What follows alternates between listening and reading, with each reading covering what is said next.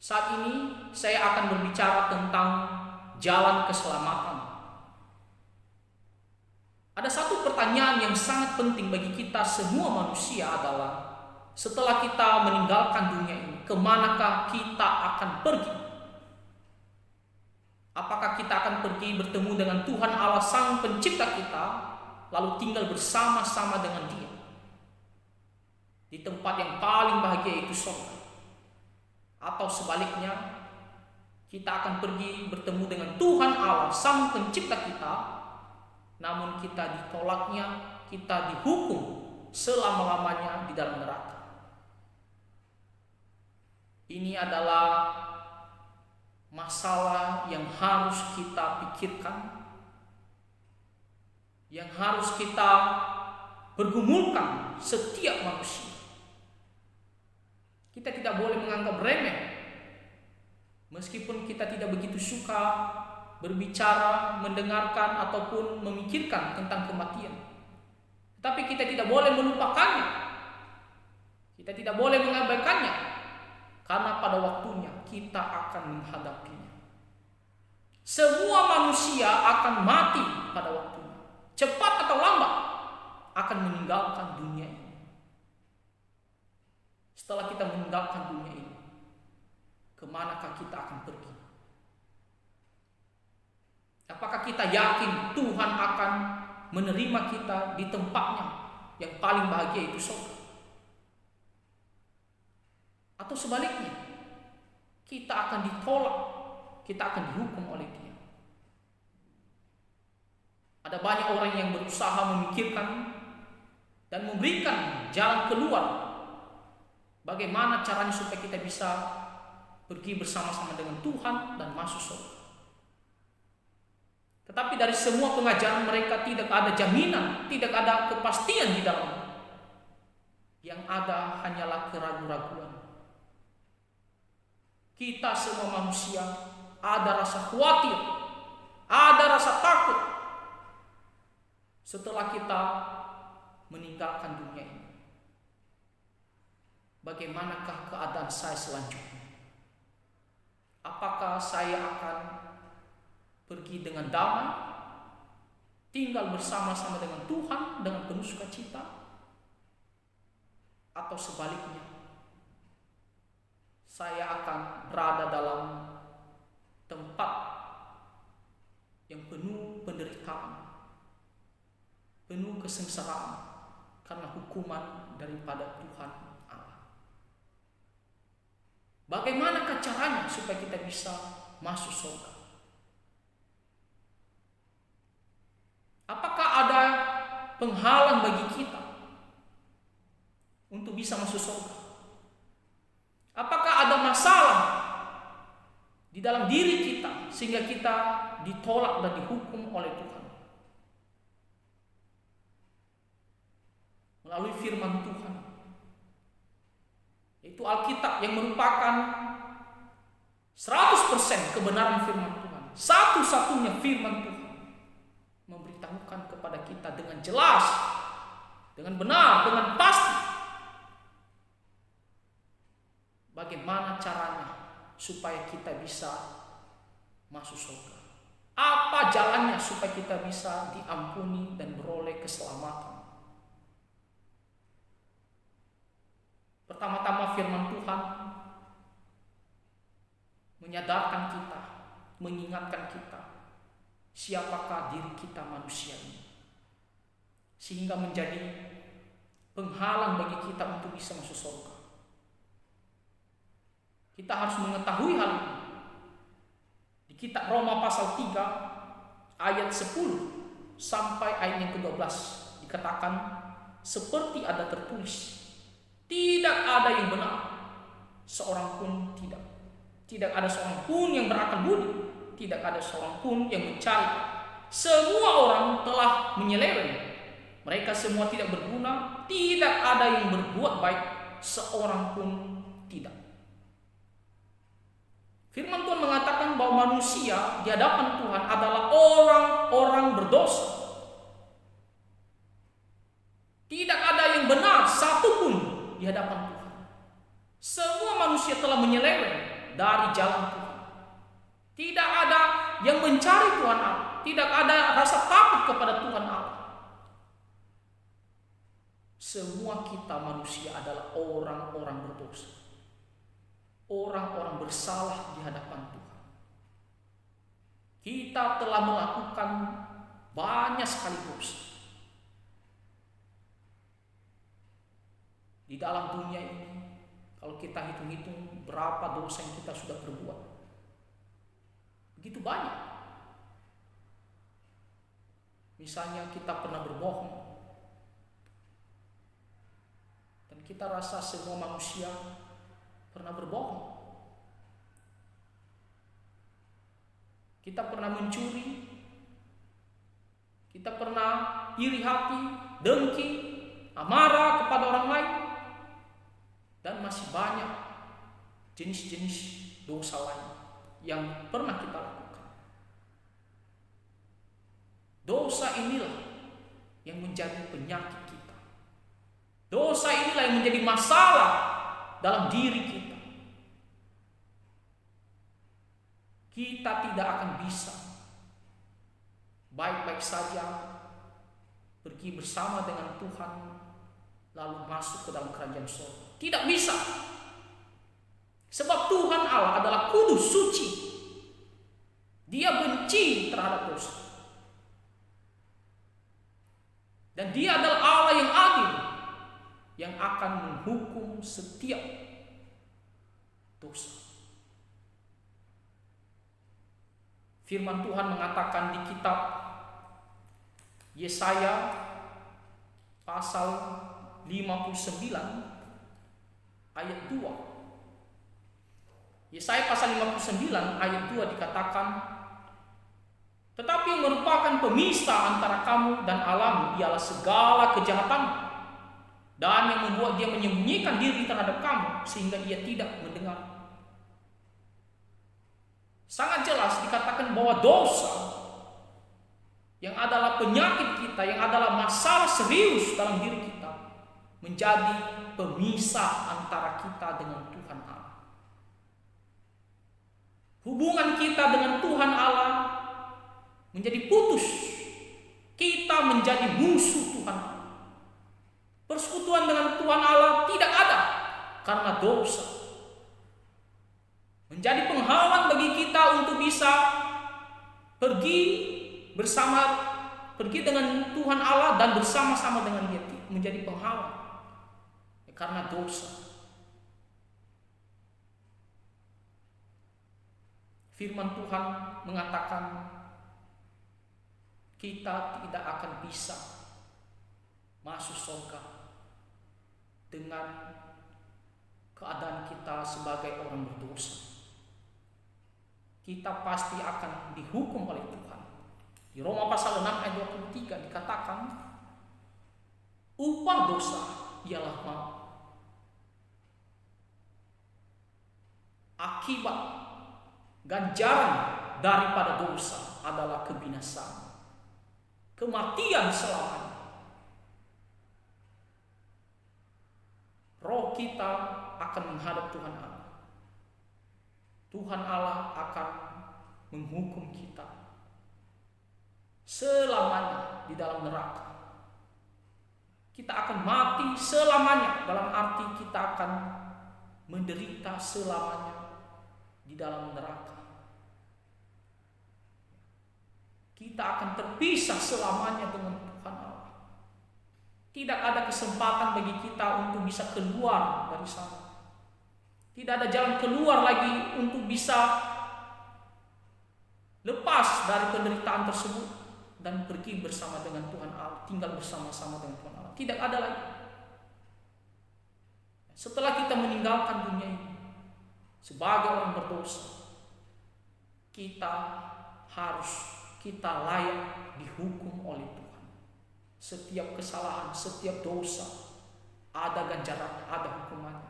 Dan satu dosa saja cukup untuk menghukum kita.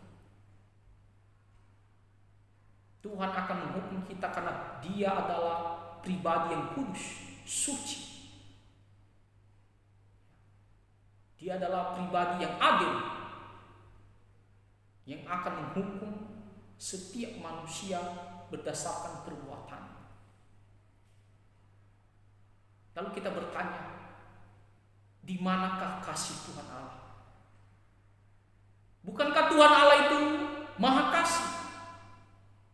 Bukankah Tuhan Allah itu Maha Pengampun? Di manakah kasih Tuhan Allah? Tuhan Allah,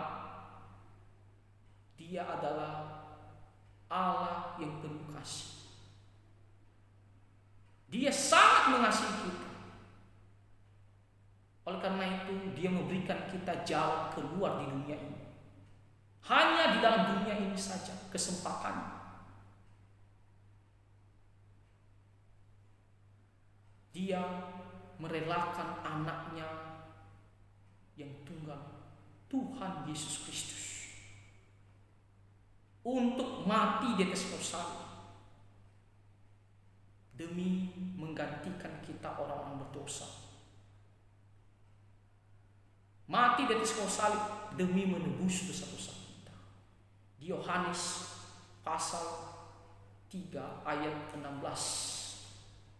Yohanes pasal 3 ayat 16 dikatakan, karena begitu besar kasih Allah akan dunia ini, sehingga Ia telah mengaruniakan anaknya yang tunggal, supaya setiap orang yang percaya kepadanya tidak binasa, melainkan beroleh hidup yang kekal. Jelas Tuhan Allah menyatakan kasih-Nya bagi kita. Karena Dia adalah Allah yang penuh kasih, maka Dia mengutus anaknya yang tunggal, yaitu Tuhan Yesus Kristus, datang ke dalam dunia ini. Dia meninggalkan tahtanya sementara di surga demi datang ke dalam dunia ini, menjadi manusia, hidup dengan sempurna, mengajarkan kebenaran, menunjukkan kuasanya sebagai Allah 100%. Dan Dia menyerahkan dirinya untuk mati di atas kayu salib demi menebus dosa-dosa kita. Dia membuktikan, Dia menunjukkan bahwa Dia sungguh-sungguh mengasihi kita dengan memberikan nyawanya. Kematian atau pengorbanan nyawa adalah puncak daripada kasih, dan Dia berikan itu kepada kita. Di kitab Matius pasal 26 ayatnya yang kedua dikatakan, kamu tahu bahwa 2 hari lagi akan dirayakan Paskah, maka Anak Manusia diserahkan untuk disalibkan.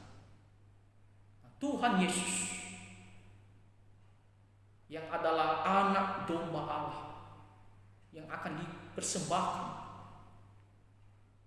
yang dimana darahnya tercurah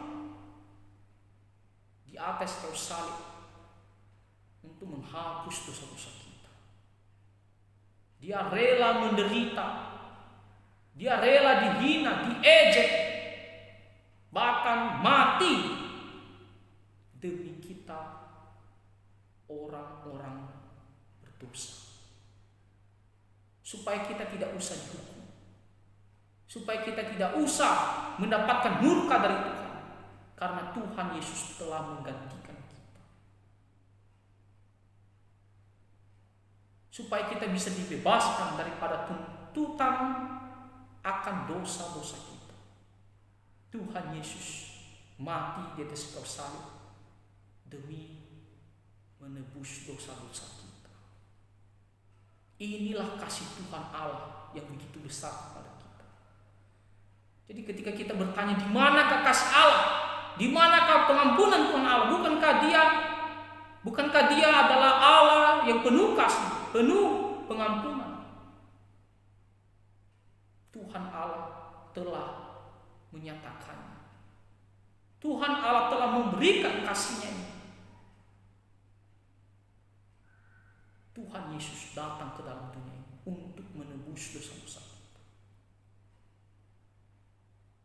Dia mencurahkan darahnya demi menghapus dosa-dosa kita. Jadi, apakah kita menyadari hal ini, bahwa inilah jalan keluarnya? Apakah kita mau menerima kasih Tuhan Allah ini? Tuhan Allah telah menyatakannya, tetapi apakah kita mau menerima dengan kerendahan diri di hadapan Tuhan? Menerima kasih Tuhan yang begitu besar. Tuhan telah menyatakan kasih-Nya bagi kita. Kalau kita melihat lagi di Markus pasal 9, Markus pasal 9 ayatnya yang ke-31 dikatakan di sini, sebab ia sedang mengajar murid-muridnya, ia berkata kepada mereka, Anak Manusia akan diserahkan ke dalam tangan manusia, dan mereka akan membunuh dia, dan 3 hari sesudah ia dibunuh, ia akan bangkit. Ini adalah perkataan Tuhan Yesus sebelum kematiannya di kayu salib, bahwa dirinya akan diserahkan, ya, akan dikorbankan untuk menebus dosa-dosa manusia. Harus ada yang menjadi korban terhadap dosa-dosa, dan Tuhan Yesus menjadi korban menggantikan kita, karena Dia sangat mengasihi kita. Dia mati dan dikuburkan, dan pada hari yang ketiga Dia bangkit kembali, mengalahkan kematian, bangkit kembali dan hidup selama-lamanya. Dan setelah itu Tuhan Yesus terangkat ke surga. Itu adalah suatu fakta. Dia terangkat ke surga, disaksikan ratusan orang. Dan Tuhan Yesus berada di surga untuk menyediakan tempat, yaitu surga, bagi orang-orang yang menerimanya. Jadi kalau kita bertanya sekarang, apa yang harus kita lakukan sekarang? Setelah kita mengetahui kasih Tuhan Allah begitu besar ini, maka bagaimana respon kita? Apa yang harus kita lakukan? Kita harus melihat bahwa Tuhan Yesus adalah juru selamat dunia. Dia adalah Allah dan juru selamat satu-satunya. Dialah satu-satunya jalan keselamatan. Di Yohanes pasal 14 ayat ke-6 dikatakan, Yohanes pasal 14 ayat ke-6, kata Yesus kepadanya, Akulah jalan dan kebenaran dan hidup. Tidak ada seorang pun yang datang kepada Bapa kalau tidak melalui Aku. Kalau kita melihat konteksnya, Tuhan Yesus mengatakan, Aku pergi ke surga menyediakan tempat bagi kamu. Dan tidak usah khawatir, saya pergi untuk menyediakan tempat bagi kamu, supaya di mana Aku berada, kamu bisa berada. Kamu bisa ada di situ. Lalu ada seorang murid yang bertanya kepadanya, bagaimana caranya? Apa jalannya supaya kita bisa pergi ke tempat surga itu, ke tempat yang paling bahagia? Bagaimana caranya supaya saya bisa pergi bersama Tuhan dan tinggal bersama-sama dengan Tuhan di tempat yang paling bahagia, yaitu surga? Tuhan Yesus mengatakan, Akulah jalan. Akulah jalan. Tidak ada yang lain. Akulah satu-satunya jalan untuk bisa pergi ke surga. Meskipun banyak pengajaran, tetapi Tuhan Yesus mengatakan hanya Dialah jalan dan kebenaran. Kita bisa mendapatkan pengajaran yang benar dari Allah, yaitu hanya melalui di dalam Tuhan Yesus Kristus. Kita bisa mengenal Tuhan Allah, kita bisa mengenal kehendaknya, dan kita bisa mengetahui bagaimana supaya kita bisa pergi bersama-sama dengan Tuhan Allah di tempat yang paling bahagia, yaitu hanya di dalam Tuhan Yesus. Dialah kebenaran itu. Dan dikatakan di sini, dan hidup, yang akan memberikan kepada kita kehidupan kekal, kehidupan selama-lamanya. Kita hanya bisa mendapatkannya di dalam Tuhan Yesus. Akulah jalan dan kebenaran dan hidup. Tidak ada seorang pun yang datang kepada Bapa kalau tidak melalui aku. Sangat jelas, tidak ada seorang pun, ya, tidak ada seorang pun. Meskipun banyak yang mengaku, banyak yang mengajarkan bagaimana supaya bisa masuk surga, tetapi dikatakan di sini tidak ada seorang pun yang sampai kepada Bapa, yang bisa tinggal bersama-sama dengan Tuhan Allah di surga, kecuali melalui Tuhan Yesus sendiri. Tidak ada perkataan yang seperti ini yang begitu menjamin, yang dimana kita mendapatkan kepastian untuk bisa masuk surga selain perkataan Tuhan Yesus ini. Siapakah tokoh-tokoh yang pernah hidup, orang-orang besar yang pernah hidup di dalam dunia ini, yang bisa mengatakan hal ini, atau yang pernah mengatakan hal ini? Tidak ada. Tetapi Tuhan Yesus mengatakan, akulah jalan dan kebenaran dan hidup. Tidak ada seorang pun yang sampai kepada Bapa, yang tinggal bersama-sama dengan Bapa di surga, kalau tidak melalui aku. Ketika kita mendengarkan perkataan ini, kita sudah menemukan jalan supaya kita bisa masuk ke dalam kerajaan surga. Kita menjadi bahagia. Kita harus menerimanya. Kita harus bersyukur. Kita sudah menemukan jalan itu. Sehingga kita tidak usah takut lagi terhadap kematian dan kemanakah kita akan pergi. Kita tidak usah khawatir lagi, tidak usah bimbang lagi ketika kita menghadap Tuhan, apa yang akan kita terima.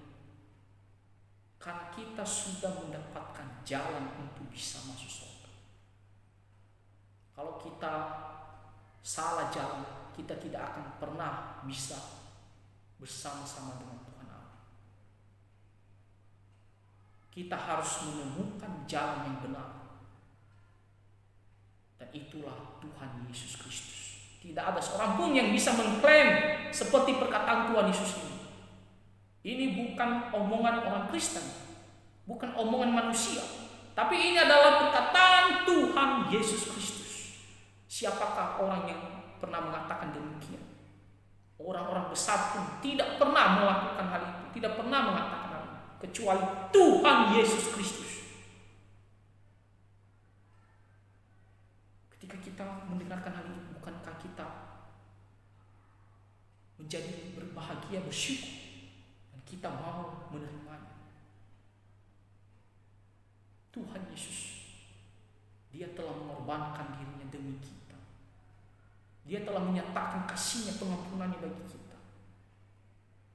Sebab kita tidak akan bisa masuk surga dengan usaha kita, dengan perbuatan baik kita, ataupun dengan cara lain selain di dalam Tuhan Yesus Kristus. Sebab kita ini adalah orang berdosa, dan satu dosa saja, satu noda saja, yaitu dosa, sudah cukup untuk menghukum kita. Sudah cukup menjadi alasan bagi Tuhan menolong kita. Oleh karena itu, kita harus mengetahui bahwa Tuhan Yesus adalah jalan kebenaran, dan hidup. Tidak ada seorang pun yang bisa sampai bertemu dengan Tuhan Allah kecuali melalui Tuhan Yesus Kristus. Setelah kita mengetahui bahwa Dialah jalan itu, maka apa yang harus kita lakukan? Dikatakan di kitab Yohanes pasal 4, ini adalah perkataan Tuhan Yesus. Yohanes pasal 4, Yohanes pasal 6 ayat 40. Yohanes pasal 6 ayat 40. Tuhan Yesus mengatakan, sebab inilah kehendak Bapa, yaitu supaya setiap orang yang melihat Anak dan yang percaya kepadanya beroleh hidup yang kekal, dan supaya Aku membangkitkannya pada akhir zaman. Tuhan Yesus mengatakan, Allah ingin kita masuk surga. Allah ingin kita memperoleh hidup yang kekal, dan pada akhir zaman kita bisa dibangkitkan. Kita bisa bangkit kembali dan hidup selama-lamanya bersama-sama dengan Tuhan. Kalau kita percaya kepada Tuhan Yesus, katakan setiap orang yang melihat Anak dan yang percaya kepadanya. Hanya orang-orang yang percaya kepada Tuhan Yesus Kristus yang bisa memiliki kehidupan yang kekal dan akan dibangkitkan kembali. Hanya orang-orang yang percaya kepada Tuhan Yesus akan memperoleh kehidupan yang kekal dan akan dibangkitkan kembali, hidup selama-lamanya bersama-sama dengan Tuhan Yesus Kristus dengan penuh sukacita. Jadi Tuhan Yesus mengatakan percaya. Setelah kita mendengar, mengetahui bahwa Tuhan Yesus telah mati di atas kayu salib demi menebus dosa kita, bahwa Tuhan Yesus adalah jalan satu-satunya, juru selamat dunia, maka kita harus menerima, percaya kepada Tuhan Yesus. Kita harus mengatakan, Tuhan Yesus, saya mau ikut Engkau. Saya telah menemukan jalan ke surga. Itu Tuhan Yesus. Saya mau mengikut Engkau. Ada kepastian, ada jaminan. Saya mau menyerahkan hidup saya, percaya kepada Tuhan Yesus sebagai Tuhan Allah dan juru selamat satu-satunya. Kita tidak boleh sombong. Kita tidak boleh meninggikan diri dengan menolak kasih Tuhan, dengan menolak Tuhan Yesus Kristus. Tapi sebaliknya, setelah kita mendengarkan hal ini, kita harus merendahkan diri di depan Tuhan dan mau menerima Tuhan Yesus Kristus. Di Roma pasal 10, Roma pasal 10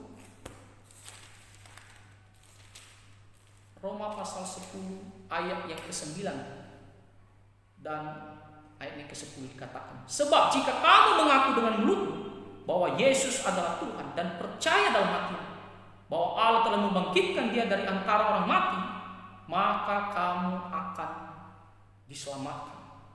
Karena dengan hati orang percaya dan dibenarkan, dan dengan mulut orang mengaku dan diselamatkan. Hanya dengan percaya, beriman. Mungkin orang mengatakan, kok gampang sekali, tetapi kenyataannya kamu susah untuk percaya.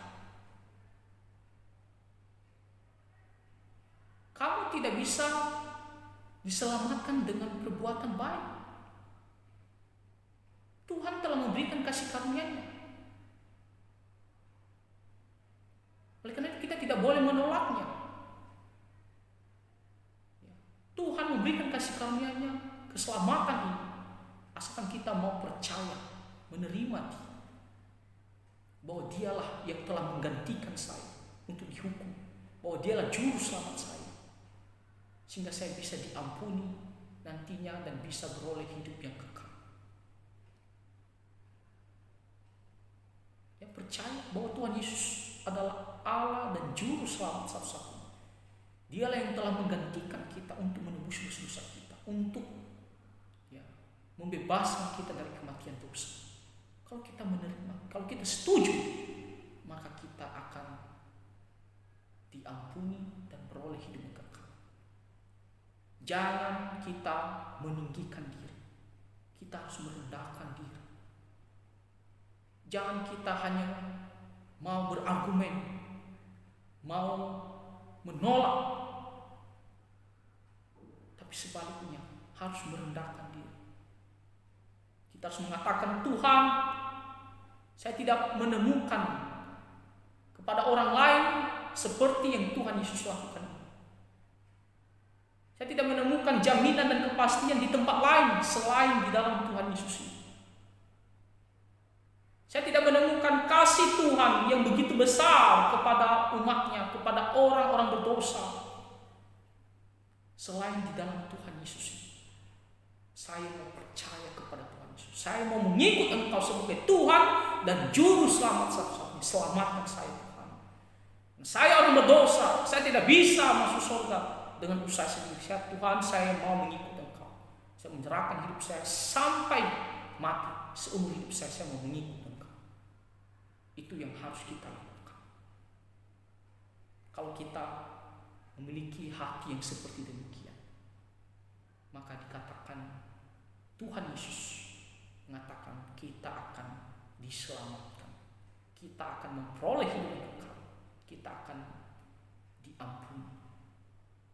Jadi ketika kita menghadap Tuhan sebagai orang yang percaya Tuhan Yesus, tidak usah takut, tidak usah khawatir, karena kita sudah mengetahui dengan jelas, dengan benar, sesuai dengan janji Tuhan. Tuhan Yesus telah mati di atas kayu salib demi menebus dosa kita, menggantikan kita. Dan kalau kita percaya kepada Dia, kita pasti diampuni dan peroleh hidup yang kekal. Tuhan tidak memandang kita lagi sebagai orang berdosa yang harus dihukum ke dalam neraka. Kenapa? Karena sudah ada yang menggantikan kita, sehingga kita bebas. Itulah yang harus kita lakukan. Percaya sungguh-sungguh bahwa Tuhan Yesus adalah Allah dan Juru Selamat satu-satunya. Tetapi kalau kita menolaknya, itu berarti kita mengatakan, saya bisa dengan usaha saya sendiri. Saya bisa menemukan jalan selain dalam Tuhan Yesus, yang sebenarnya tidak bisa. Kita mengeraskan hati, maka apa yang kita dapatkan? Tuhan Yesus mengatakan di Yohanes pasal 8, Yohanes pasal 8 ayatnya yang ke-24. Yohanes pasal 8 ayatnya ke-24. Apa kata Tuhan Yesus kalau kita menolak Dia? Yohanes pasal 8 ayat 24. Karena itu tadi aku berkata kepadamu bahwa kamu akan mati dalam dosa. Sebab jikalau kamu tidak percaya bahwa akulah Dia, kamu akan mati dalam dosa. Kalau kita menolak Tuhan Yesus sebagai Tuhan dan Juru Selamat satu-satunya, maka dikatakan kita akan mati dalam dosa kita. Kita akan menanggung sendiri hukuman dosa kita. Jangan salahkan Tuhan dengan mengatakan, di manakah kasih-Mu, di manakah pengampunan-Mu Tuhan. Kalau kita menolak Dia, kita tidak ada kasih karunia ataupun pengampunan dari Tuhan. Karena kita telah menolak Dia. Kita mengeraskan hati. Pada waktunya kita akan meninggalkan dunia ini. Dan kita pasti akan menghadap penghakiman daripada Tuhan. Dan Tuhan pasti akan menghukum dosa-dosa kita. Jadi jangan mengeraskan hati. Rendahkan dirimu. Katakan, Tuhan, saya bersyukur karena Engkaulah yang telah mati di atas kayu salib, yang menyelamatkan saya dari dosa-dosa saya. Engkaulah jalan satu-satunya. Tuhan, saya mau percaya kepada Engkau. Tidak ada di tempat lain selain daripada Tuhan Yesus. Hanya di dalam Tuhan Yesus Kristus. Dan Tuhan Yesuslah yang mengatakannya. Dan Tuhan Yesus yang menjamin akan pengampunan dosa dan kehidupan kekal bagi kita. Makanya kita dengan yakin, dengan pasti, karena Tuhan yang menjaminnya. Jadi saya harap bagi yang belum bertobat dan percaya Tuhan Yesus, atau yang selama ini mengeraskan hati, atau yang selama ini bimbang, hendaknya kita bisa mengerti dengan jelas dan kita segera percaya kepada Tuhan Yesus. Jangan tunda-tunda. kita tidak tahu apa yang terjadi hari esok. Kita bisa mati dan terlambat kita tidak percaya Tuhan Yesus. Ya, akhirnya penyesalan selamanya selagi hidup dalam dunia ini. Dan setelah kita mendengarkan, segera beri dirimu percaya kepada Tuhan Yesus Kristus. Kiranya Tuhan menolong kita semua. Tuhan Yesus memberkati. Amin.